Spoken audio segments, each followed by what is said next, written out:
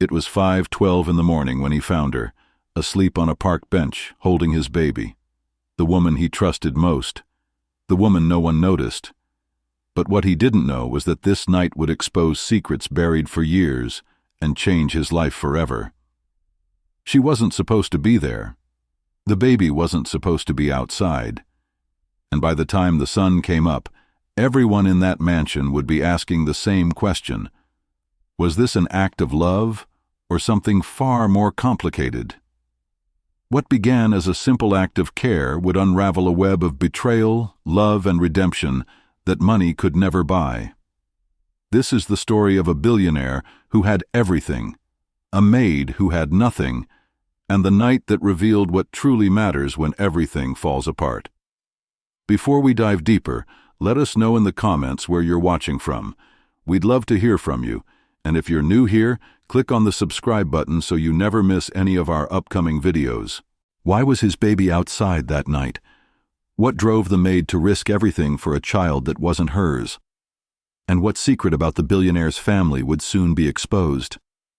These are the questions that would grip a city, divide a household, and force everyone involved to confront the truth about who they really were. The billionaire, Richard Morgan, was a man who controlled empires but couldn't control the chaos unfolding in his own home. Maria Santos, the maid, was a woman who had lost everything once before and refused to let it happen again. And the baby, little Emma, was the innocent center of it all, unaware that her life had just become the focal point of a story no one saw coming. Everyone in that house had something to lose and something to hide, but only one of them was willing to sacrifice everything. Richard Morgan wasn't born into wealth. He clawed his way up from a one-bedroom apartment in Detroit to a $50 million estate in the hills of Los Angeles. He built his fortune in tech, selling his first startup at 28 and never looking back. By 42, he had everything most people dreamed of: a mansion with 12 bedrooms, a collection of luxury cars, and a reputation that opened every door. But money didn't buy him peace. His marriage to Catherine was more business than love. They attended galas together, smiled for the cameras, and lived separate lives under the same roof. When Emma was born, Richard thought fatherhood might change him. It didn't. He was too busy building his next venture, too consumed by board meetings and investor calls to notice the small moments slipping away. He loved his daughter in theory, but in practice, he was a stranger in her life. Maria Santos arrived at the Morgan estate on a Tuesday in March, carrying a single suitcase and a heart full of ghosts. She was 53 years old, soft-spoken, with kind eyes that seemed to carry a sadness she never spoke about.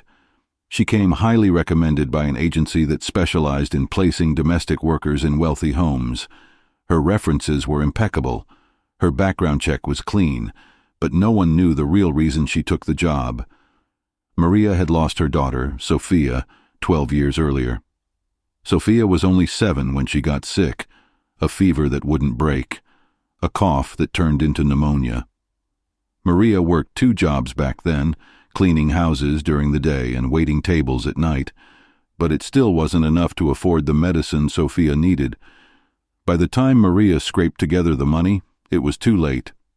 Sophia died in her arms on a hospital bed that smelled like disinfectant and broken dreams. Maria never forgave herself. She carried that guilt like a second heartbeat, quiet but constant, reminding her every single day that she had failed the one person who mattered most. When Maria saw Emma for the first time, something inside her shifted. The baby was 3 months old, with soft brown curls and eyes that seemed to search for something Maria understood all too well. Emma cried often, and no one seemed to know why. Catherine was overwhelmed and distant, spending most of her time at the spa or with friends. Richard was rarely home. The other staff members did their jobs, but nothing more. Maria, though, couldn't walk away. She started staying late in the nursery, rocking Emma to sleep, humming lullabies her own mother had sung to her as a child. She changed diapers, warmed bottles, and wiped tiny tears with a tenderness that came from a place of deep, unhealed wounds. The other staff noticed. Some thought it was sweet, others thought it was strange. Catherine mentioned it once to Richard over breakfast, her tone casual but laced with concern. "Don't you think Maria is a bit too attached to Emma?" Richard barely looked up from his phone. "She's doing her job. That's what we pay her for." But Maria wasn't doing it for the paycheck. She was doing it because every time she held Emma, she felt like she was getting a second chance. A chance to protect a child. A chance to be the mother she couldn't be for Sophia. She never said this out loud. She didn't need to. It was written in every gentle touch, every sleepless night, every moment she chose to stay when she could have left. And then came the night that everything changed. It started with the heater. The nursery had been cold for days, but no one had called for repairs. Catherine didn't notice. Richard didn't ask. The maintenance staff assumed someone else had handled it. By the time Maria realized the room was freezing, it was nearly midnight, and Emma was crying inconsolably. Maria wrapped the baby in 2 blankets, then 3, but nothing seemed to help. Emma's tiny body shivered, her cries piercing the silence of the sprawling mansion. Maria called the house manager. No answer. She knocked on Catherine's door. Locked. She even tried Richard's study, but he wasn't home. He was at a charity gala downtown, schmoozing with investors and posing for photos while his daughter suffered in the cold. Maria felt panic rising in her chest. She remembered Sophia's fever, the way her small body had trembled in the night, the helplessness that had consumed her. She couldn't let that happen again. Not to Emma, not to any child. So Maria made a decision. She wrapped Emma in her own wool shawl, the one her mother had given her decades ago, and carried the baby outside. The air was warmer there, the storm that had been threatening all evening finally breaking into a gentle drizzle. Maria walked to the garden, past the marble fountains and perfectly trimmed hedges, to a wooden bench near the rose bushes. She sat down, cradling Emma against her chest, and began to hum. The baby's cries softened, her breathing steadied. Maria rocked her gently, whispering promises she had once made to Sophia. "I won't let anything happen to you. I won't let you suffer. I'll keep you safe." The exhaustion Maria had been fighting for weeks finally caught up with her. Her eyes grew heavy. The sound of rain on leaves became a lullaby. And before she realized it, she was asleep, Emma nestled safely in her arms. Richard arrived home at 5 a.m, his bow tie loosened, his mind already running through emails he needed to send. He tossed his keys on the kitchen counter and walked upstairs, intending to check on Emma before heading to bed.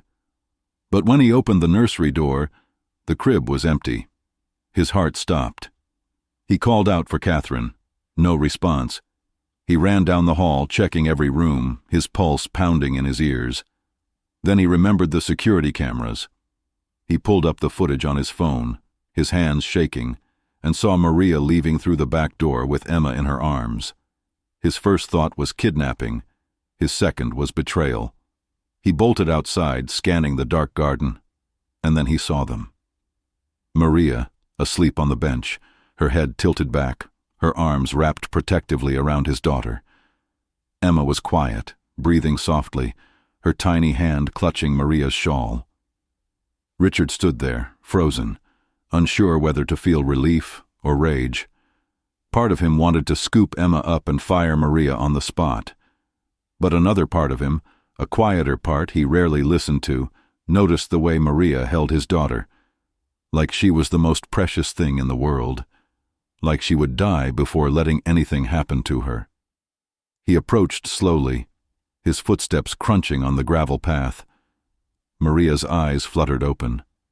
For a moment, she looked confused, and then she saw Richard, and the fear washed over her face. "Mr. Morgan, He held up a hand, cutting her off. "Inside. Now." His voice was cold, controlled, but underneath it was something else. Something he couldn't quite name. By 7 a.m, the entire household was awake. Catherine stood in the foyer, arms crossed, demanding answers. The other staff whispered in the kitchen, casting glances toward Maria's room. Richard paced back and forth in his study, phone pressed to his ear, speaking in clipped tones to his lawyer. and Maria sat alone in the maid's quarters, her hands trembling, replaying the night over and over, wondering if she had just destroyed the only thing that gave her life meaning. The police arrived at 8:15. 2 officers, calm and professional, asked to speak with everyone individually. Richard insisted it was just a misunderstanding, but protocol required an investigation. Maria was questioned first. She answered every question honestly, her voice steady despite the tears threatening to spill. She explained the cold nursery, the unanswered calls, the decision to take Emma outside where it was warmer. She told them about Sophia, about the guilt she carried, about the promise she had made to never let another child suffer. The officers exchanged glances but took notes without judgment. Catherine was next. She admitted she hadn't checked on Emma that night, that she had taken a sleeping pill and hadn't heard anything. When asked if she trusted Maria, Catherine hesitated. "I don't know," she said finally. "She's always been too attached." Richard's interview was the longest. He defended Maria, explained her dedication, insisted there was no malice in her actions. But when the detective asked if he had any doubts, Richard went quiet. "I don't know what to think anymore," he admitted. The truth was, he barely knew the woman who had been living in his house for 6 months. He had never asked about her life, her past, her pain. She was just the help. And now she was at the center of a situation that could ruin his reputation. The media caught wind of the story by noon. "Billionaire's maid found sleeping outside with baby," screamed the headlines. Social media exploded with opinions. Some called Maria a hero. Others called her reckless. Richard's publicist went into damage control mode, issuing statements, arranging interviews, trying to spin the narrative. But the truth was messy, and no amount of PR could clean it up. Meanwhile, the investigation continued. Detectives combed through Maria's room, looking for anything that might explain her actions. They found letters she had written to Sophia but never sent. They found a small photo album filled with pictures of a little girl with bright eyes and a gap-toothed smile, and they found a silver locket tucked inside a jewelry box with a faded photograph of a baby inside. It wasn't Emma. It was Sophia. When the detective showed the locket to Maria, she broke down. "I just wanted to protect her," she sobbed. "I couldn't save my own daughter, but I thought maybe I could save someone else's." The detective, a woman in her 40s with kind eyes, placed a hand on Maria's shoulder. "You're not in trouble," she said gently. "But you need to understand how this looks. You need to understand why people are scared." Maria nodded, wiping her tears. "I know, I couldn't let her freeze. I couldn't." The detective believed her. But belief wasn't enough to stop the storm that was coming. If you're still watching, type, "I'm still here" in the comments. Let's see who's really following this story. 3 days after the incident, Maria was called into Richard's study. She expected to be fired. Instead, Richard gestured for her to sit. He looked tired, older somehow, as if the weight of the past few days had aged him.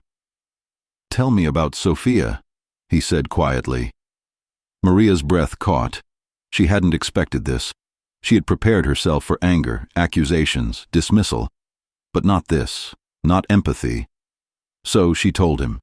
She told him about the hospital bills she couldn't pay, the jobs she worked until her hands bled, the moment she realized she was too late. She told him about the guilt that never left, the nightmares that still woke her in the middle of the night, the way she saw Sophia's face every time she looked at Emma.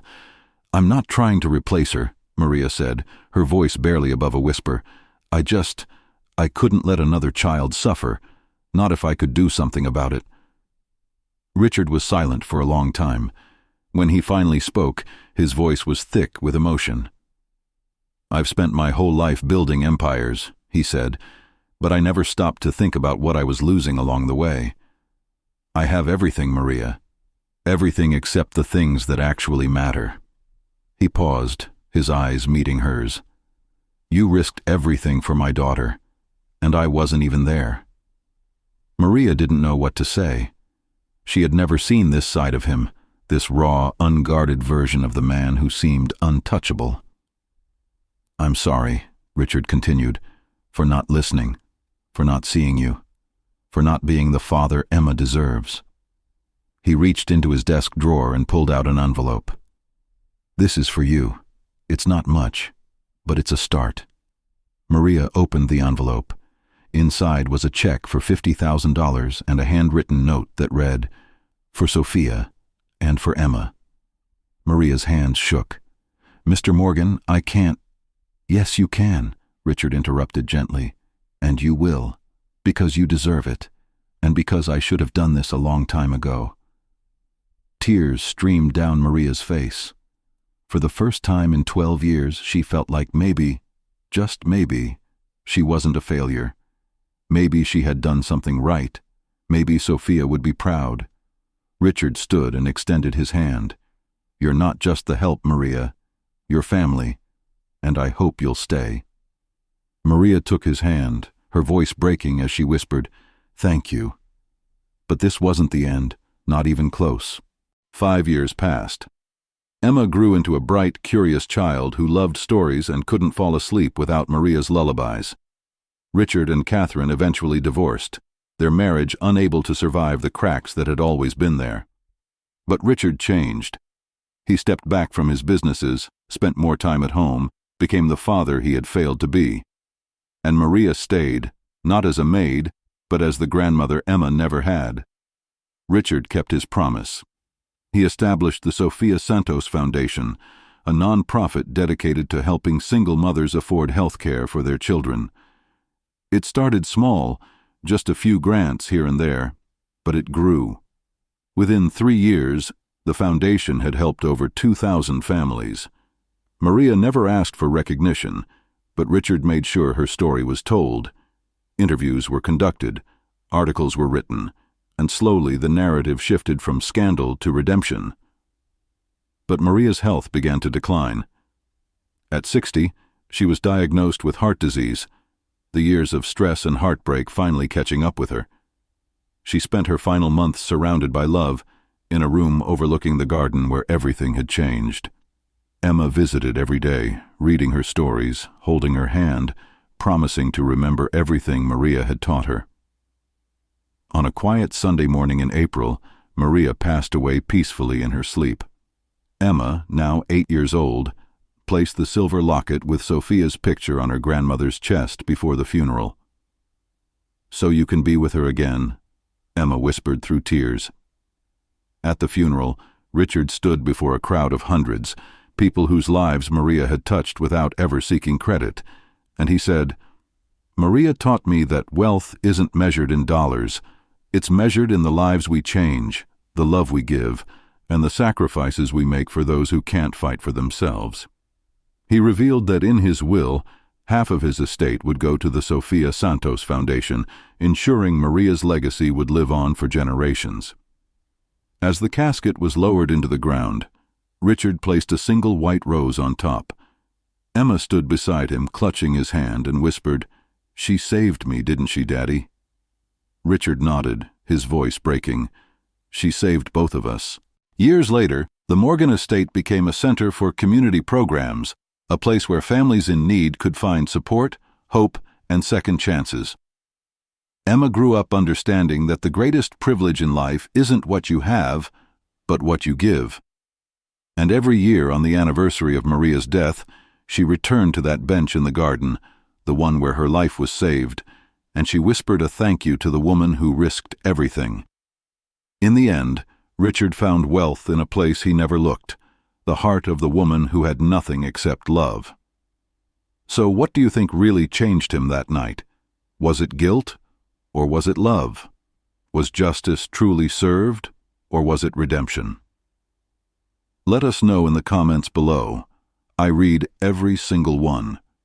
And if you thought this story was unbelievable, wait until you hear what happened in The Widow's Secret. Click the link to watch next. Subscribe for more true stories that reveal the power of love, faith, and redemption. Because sometimes the richest people are the ones who've lost everything except love.